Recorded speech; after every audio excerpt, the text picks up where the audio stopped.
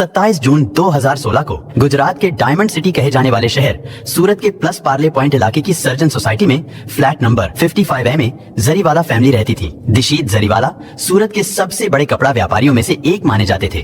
कटरगम नामक जगह पर उनका खुद का एक टेक्सटाइल भी था। दिशीत जरीवाला 26 साल की उम्र में ही अच्छे खासे मुकाम तक पहुंच गए थे। साथ ही उनकी शादी भी हो चुकी थी। उनकी पत्नी का नाम वेल्सी था। उन दोनों की 1.5 साल की एक बेटी भी थी। दिशीत की जिंदगी में सब कुछ सही चल रहा था, लेकिन फिर 27 जून 2016 को दिशीत अपनी पत्नी वेल्सी और बेटी को साथ लेकर सूरत में अपने किसी रिश्तेदार के घर पहुंचे, क्योंकि वहां पर उनका डिनर का प्लान था। डिनर करने के बाद रात 9:45 के आसपास दिशीत जरीवाला अपनी पत्नी और बेटी के साथ अपने घर वापस आ गए। दिशीत ने कार पार्किंग में पार्क की और फिर सभी लोग फर्स्ट फ्लोर पर चले गए, क्योंकि नीचे ग्राउंड फ्लोर पर पार्किंग एरिया था, इसलिए सभी लोग फर्स्ट फ्लोर और सेकंड फ्लोर पर ही रहते थे। फर्स्ट फ्लोर पर अपने घर में आने के बाद दिशीत ने अपनी पत्नी वेल्सी से कहा कि मैंने पार्किंग की लाइट खुली छोड़ दी है, मैं उसे बंद करके आता हूँ। इसके बाद दिशीत नीचे चले गए, लेकिन काफी समय गुजर जाने के बाद भी वो लौट कर नहीं आते।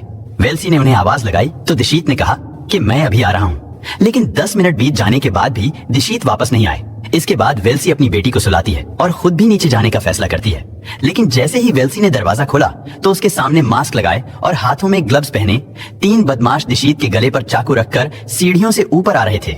ये देखकर वेल्सी की हालत खराब हो गई। इसके बाद वो तीनों बदमाश दिशीत को लेकर उसके बेडरूम में जाते हैं। फिर उनमें से एक बदमाश दिशीत के गले पर चाकू रखकर खड़ा हो गया और बाकी के 2 बदमाश घर को लूटना शुरू कर देते हैं। घर का कीमती सामान, घर में रखा केश और गहने, वो सब कुछ लूट रहे थे। क्योंकि दिशीत और वेल्सी भी उस समय किसी रिश्तेदार के घर डिनर करके लौटे थे, इसलिए वेल्सी ने भी काफी गहने पहन रखे थे। उन बदमाशों ने वेल्सी के गहने उतारकर वेल्सी से कहा कि अपनी बेटी को उठाओ और चुपचाप बाथरूम के अंदर चलो। वेल्सी ने ऐसा ही किया। उसने बेटी को उठाया और बाथरूम में चली गई। इसके बाद उन बदमाशों ने बाथरूम का दरवाजा बाहर से बंद कर दिया। घंटों तक बाथरूम में बंद रहने के बाद वेल्सी को एहसास हुआ कि शायद बदमाश चले गए हैं, क्योंकि अब कोई आहट या आवाज सुनाई नहीं दे रही थी। इसके बाद रात करीब 11:30 बजे के आसपास वेल्सी ने बाथरूम में लगी कांच की खिड़की तोड़ी और फिर बाहर की ओर चिल्लाने लगी। क्योंकि उस इलाके के लोग दिशीत और वेल्सी को बहुत अच्छे से जानते थे, इसलिए जब कुछ पड़ोसियों ने वेल्सी की आवाज सुनी तो वो लोग भागते हुए घर की ओर आते हैं। घर के सारे दरवाजे खुले हुए थे। जैसे ही पड़ोस के लोग फर्स्ट फ्लोर पर दिशीत के बेडरूम में पहुंचे तो उन्होंने देखा कि बेड पर दिशीत लेटा हुआ है। बेड पर चारों तरफ खून फैला हुआ था, साथ ही पूरा घर भी तहस नहस था। ये सब देखकर पड़ोसियों की भी हालत खराब हो गई। इसके बाद पड़ोसियों ने इस घटना की सूचना पुलिस को दे दी और थोड़ी ही देर में पुलिस भी मौके पर पहुंच गई। घर में एंटर होते ही पुलिस वालों ने भी देखा कि घर का सारा सामान बिखरा पड़ा है। घर के हर रूम की अलमारियों के दरवाजे खुले हुए थे। कई अलमारियों की तिजोरी भी खुली हुई थी, जिससे पहली नजर में यही लगता था कि ये लूटपाट का मामला है। इसके बाद पुलिस ने बेडरूम में पड़े दिशीत के शव को पोस्टमार्टम के लिए तुरंत हॉस्पिटल भिजवा दिया। साथ ही अज्ञात लोगों के खिलाफ कत्ल का केस दर्ज करके आगे की जांच शुरू कर दी। क्योंकि ये मामला सूरत के एक नामी बिजनेसमैन के कत्ल का था, इसलिए सुबह होते होते ये खबर पूरे इलाके में फैल गई। सुबह से ही न्यूज रिपोर्टर्स और कई व्यापारी लोगों का आना जाना शुरू हो गया था। इधर पुलिस भी जांच में जुटी थी, क्योंकि उस समय घर पर केवल 3 ही लोग मौजूद थे। एक दिशीत जिसका कत्ल हो गया था, दूसरी वेल्सी जो रात से ही लगातार रोए जा रही थी, वो बीच बीच में बेहोश भी हो जाती थी, उसके आंसू रुकने का नाम नहीं ले रहे थे। तीसरी उनकी 1.5 साल की बेटी थी। अब वो मासूम बच्ची तो इस घटना के बारे में कुछ नहीं बता सकती थी, यानी अब वेल्सी ही इकलौती चश्मदीद गवाह थी जो ये बता सकती थी कि आखिर उस रात क्या हुआ था। लेकिन वेल्सी का तो पहले ही रो रो कर बुरा हाल था। उसकी हालत ऐसी नहीं थी कि उससे पूछताछ की जा सके, इसलिए पुलिस ने उस समय वेल्सी से इस बारे में बात करना ठीक नहीं समझा। हालांकि घर में उनके अलावा दिशीत के माता पिता भी रहते थे, लेकिन वो लोग घूमने के लिए मॉरिशस गए हुए थे। इसके बाद पुलिस ने पड़ोसियों से भी पूछताछ की, लेकिन उनको भी कुछ अंदाजा नहीं था कि आखिर इस घर में क्या हुआ था। इसके बाद पुलिस ने आसपास लगे सीसीटीवी कैमरों को खंगालना शुरू किया। इसी दौरान पुलिस को एक अहम चीज पता चली। दरअसल वो लुटेरे दिशीत के घर से थोड़ी दूर किसी पड़ोसी के घर के कैमरे में कैद हो गए थे। उस फुटेज में साफ दिखाई दे रहा था कि दिशीत जरीवाला 9:46 पर अपनी कार से घर की ओर जा रहे थे।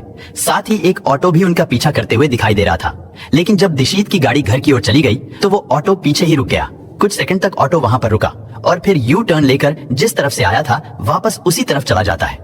लेकिन कुछ मिनटों के बाद उसी रास्ते से 2 लोग दिशीत के घर की ओर जाते हुए दिखाई देते हैं। उनमें से एक के हाथ में बैग था, जबकि दूसरा खाली हाथ था। कैमरे में वो लोग केवल पीछे से ही दिखाई दे रहे थे, जिसकी वजह से उनकी पहचान भी नहीं हो पाई थी। वो लोग 9:46 से 9:50 के बीच दिशीत के घर में घुसे थे और फिर 11:30 बजे के आसपास जिस गाड़ी से दिशीत अपने घर पर आया था वही गाड़ी घर से बाहर की और आती हुई दिखाई दी। क्योंकि दिशीत का तो कत्ल हो चुका था, इसलिए जाहिर सी बात है कि बदमाश ही उस गाड़ी को लेकर फरार हो गए थे। इसके बाद जब इस घटना को 2-3 दिन बीत गए और मामला थोड़ा शांत हुआ तो पुलिस फिर से दिशीत के घर जाती है, क्योंकि अब वेल्सी की हालत भी थोड़ी ठीक हो गई थी। इसलिए पुलिस ने वेल्सी से इस वारदात के बारे में पूछताछ करनी शुरू की। वेल्सी ने भी पुलिस को वही कहानी सुनाई जो मैंने आपको शुरू में बताई थी कि वो रिश्तेदार के यहाँ से डिनर करके अपने घर पहुंचे थे और जब दिशीत नीचे पार्किंग की लाइट बंद करने गए तो अचानक 3 बदमाश उनके गले पर चाकू रखकर घर में घुस गए। उन्होंने घर में लूटपाट की, साथ ही वेल्सी और उसकी बेटी को भी बाथरूम में बंद कर दिया। वेल्सी का कहना था कि इसके बाद क्या हुआ था उसे नहीं पता, क्योंकि उसे बाथरूम में बंद कर दिया गया था। लेकिन रिश्तेदारों और पड़ोसियों से पूछताछ के दौरान पुलिस को कई अजीब बातें पता चलती हैं। पहली ये कि जिस रात दिशीत का कत्ल हुआ था उस रात सूरत में उनका कोई भी रिश्तेदार मौजूद नहीं था, और सबसे बड़ी बात ये कि उस दिन दिशीत के माता पिता भी विदेश गए हुए थे। ऐसे में सवाल उठता है कि क्या उन लुटेरों को पहले से ही पता था कि आज दिशीत का अपना कोई भी इस शहर में मौजूद नहीं है, या फिर ये एक इत्तेफाक था।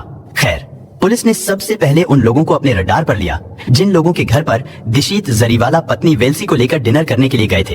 हो सकता था इस वारदात में उनका ही हाथ हो, क्योंकि दिशीत के घर से सारे गहने और लगभग 55,000 रुपए चोरी हुए थे। इसलिए उन लोगों से भी पूछताछ की गई, लेकिन पूछताछ में ऐसा कुछ भी नहीं मिलता और ना ही उन लोगों का किसी लुटेरे या बदमाश से कोई संबंध पाया गया था। लेकिन फिर भी ना जाने क्यों पुलिस को लग रहा था कि इस कत्ल में जरूर घर के ही किसी व्यक्ति का हाथ है, क्योंकि इतना परफेक्ट टाइम कोई बाहरी व्यक्ति नहीं जान सकता था। इधर 25 साल की वेल्सी, जिसकी 3 साल पहले ही शादी हुई थी, एक ही रात में उसकी पूरी जिंदगी तबाह हो गई। वो विधवा हो गई थी। दूसरी तरफ पुलिस के ऊपर भी बहुत ज्यादा प्रेशर था, क्योंकि दिशीत के रिश्तेदार भी कोई आम लोग नहीं थे।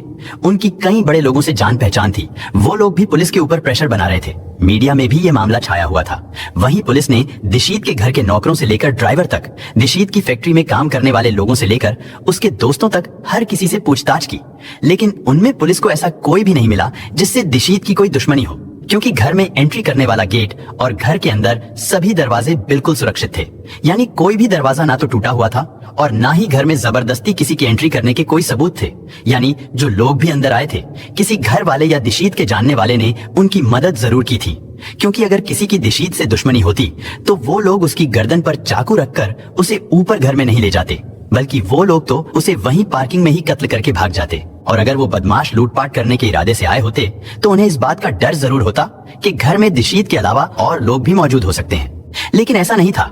उन्हें अच्छे से पता था कि उस समय घर में कौन कौन और कितने लोग मौजूद हैं।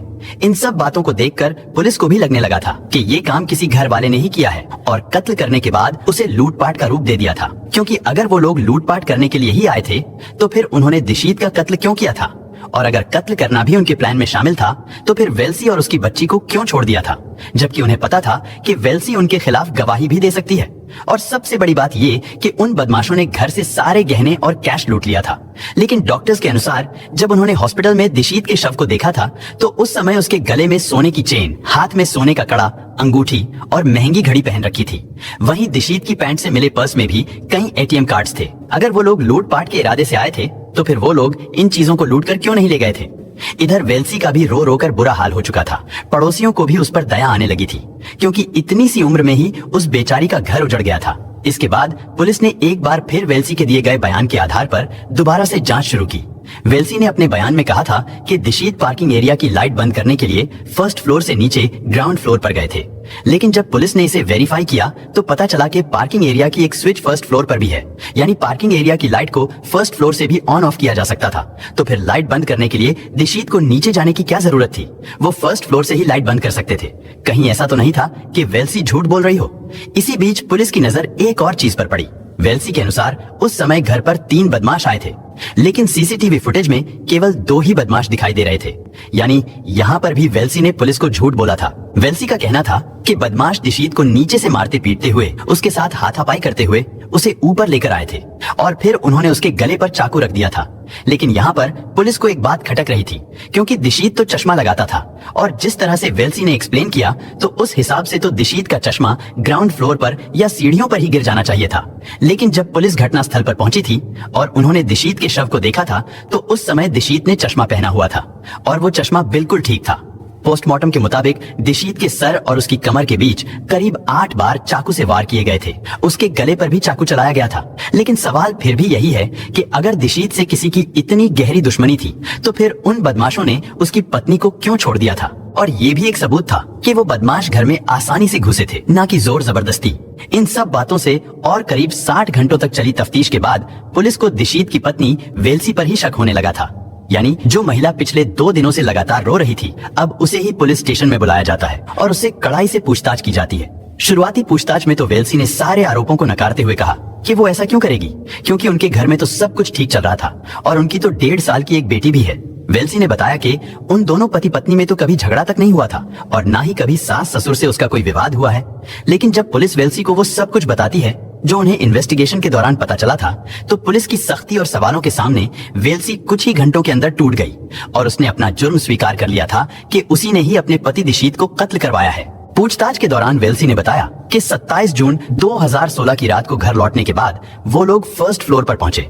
अंदर आने के बाद वेल्सी ने बच्ची को दिशीत की गोद में थमा दिया और उससे कहा कि मैं दरवाजा बंद करके आती हूँ। इसके बाद बेटी को सुलाने के लिए दिशीत अपने बेडरूम में चले गए।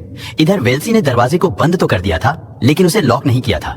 सीसीटीवी के अनुसार 9:46 पर दिशीत अपनी फैमिली के साथ घर पहुंचे थे और फिर 9:48 के आसपास 2 बदमाश उनके घर में आए। वो लोग सीधे बेडरूम में जाते हैं और जाते ही उन्होंने दिशीत पर हमला कर दिया। वेल्सी अपनी आंखों के सामने पति को मरता हुआ देख रही थी। वो लोग पूरी प्लानिंग के साथ आए थे। उनके हाथों में ग्लव्स थे, उन्होंने मास्क पहने हुए थे, उनके बैग में मिर्ची का पाउडर भी था। बेचारे दिशीत को तो विरोध करने का भी मौका नहीं मिला था। कत्ल करने के बाद उसने अपने सारे गहने उतारकर उन बदमाशों को दे दिए। वेल्सी ने घर के लॉकर में रखे सभी गहने और 55,000 रुपए भी दे दिए। साथ ही घर के सामान को इधर उधर बिखेरने में भी उसने उन बदमाशों की मदद की। दरअसल ये सारी चीजें पुलिस को गुमराह करने के लिए की जा रही थी, ताकि ये मामला कत्ल का नहीं बल्कि लूटपाट का लगे। लेकिन वेल्सी दिशीत के पहने हुए गहने उतारने भूल गई थी। घर की हालत पूरी तरह से बिगड़ने के बाद वेल्सी ने अपने पति की कार की चाबी उन बदमाशों को दे दी। इसके बाद वेल्सी खुद ही बाथरूम में जाकर खड़ी हो गई और उन बदमाशों से कहा कि तुम बाहर से दरवाजा लॉक कर दो। और फिर 11:30 बजे के आसपास वो दोनों बदमाश दिशीत की गाड़ी से फरार हो गए। हालांकि बाद में पुलिस ने दिशीत की गाड़ी को डुमास रोड से बरामद कर लिया था। इधर वेल्सी के दिए गए बयान के आधार पर उन बदमाशों को भी अरेस्ट कर लिया गया था। उनमें मुख्य आरोपी का नाम था सुकेतु मोदी उर्फ सनी और दूसरा उसका ड्राइवर धीरेन्द्र सिंह चौहान था। लेकिन अब सवाल आता है कि आखिर उन दोनों बदमाशों से वेल्सी का ऐसा क्या रिश्ता था जिसकी वजह से उन तीनों ने मिलकर दिशीत को कत्ल कर दिया था। दरअसल इस कहानी की शुरुआत वेल्सी और दिशीत की शादी से पहले हुई थी। वेल्सी और सुकेतु एक दूसरे से बहुत प्यार करते थे, लेकिन उनकी शादी नहीं हो सकती थी और उसकी वजह ये थी कि वो दोनों दूर के रिश्तेदार थे। एक तरह से वो दोनों कजिन्स थे, इसलिए उनकी शादी हो पाना मुमकिन नहीं था। हालांकि उन्होंने इस शादी के बारे में अपने घर वालों से भी बात की थी, लेकिन उन दोनों के घर वाले नहीं मानते हैं। इधर वेल्सी के परिवार वालों को ये डर सताने लगा था कि कहीं उनकी बेटी वेल्सी भाग न जाए, इसलिए उन्होंने जल्दी ही दिशीत नाम के लड़के से जनवरी 2013 में वेल्सी की शादी कर दी। उनकी शादी बड़ी धूमधाम से की गई थी। वेल्सी के परिवार वालों को लगा कि शादी के बंधन में बंधने के बाद शायद वेल्सी पुराने रिश्तों को भूल जाएगी और काफी हद तक ऐसा होता भी है। शादी के बाद वेल्सी धीरे धीरे अपने पुराने प्यार को भूल गई थी। सब कुछ ठीक चल रहा था। दिशीत भी अपनी पत्नी से बहुत प्यार करता था। उनकी एक बेटी भी हो गई थी। वेल्सी घर गृहस्थी को भी अच्छे से संभाल रही थी। धीरे धीरे उनकी शादी को 2.5 साल बीत गए। लेकिन फिर 2016 के शुरुआती दिनों में वेल्सी और सुकेतु की अपने किसी फैमिली फंक्शन के दौरान फिर से मुलाकात हो गई। क्योंकि वो दोनों पहले से ही रिश्तेदार थे, इसलिए एक दूसरे को अच्छी तरह से जानते भी थे। इस मुलाकात के दौरान फिर से उन दोनों का पुराना प्यार जागने लगा। हालांकि वेल्सी की शादी के बाद सुकेतु के घर वालों ने भी उसकी शादी करा दी थी, लेकिन सुकेतु और उसकी पत्नी के बीच रिश्ते कुछ ठीक नहीं थे। क्योंकि इस घटना से कुछ दिन पहले भी सुकेतु की पत्नी किसी झगड़े के कारण अपने मायके चली गई थी। जब वेल्सी और सुकेतु इस घटना से 5 महीने पहले मिले थे, तो उनकी पुरानी यादें फिर ताजा हो गई। उन्होंने एक दूसरे के साथ नंबर शेयर किए और व्हाट्सएप पर चैटिंग करना शुरू कर दी। और जब भी उन्हें मौका मिलता था तो वो होटल्स में भी मिलते थे। यानी वो दोनों फिर से अपने पुराने रिलेशन में आ गए थे। वेल्सी ये भूल गई थी कि उसकी शादी हो चुकी है और उसकी एक बेटी भी है। इसके बाद उन दोनों में फिर से एक होने की चाहत पैदा होती है। हालांकि अगर वेल्सी चाहती तो दिशीत को डिवोर्स देकर भी सुकेतु से शादी कर सकती थी, लेकिन उसने ऐसा नहीं किया क्योंकि उसे डर था कि ऐसा करने से समाज में उसकी बड़ी बदनामी होगी। साथ ही वेल्सी दिशीत की प्रॉपर्टी से भी हाथ नहीं धोना चाहती थी।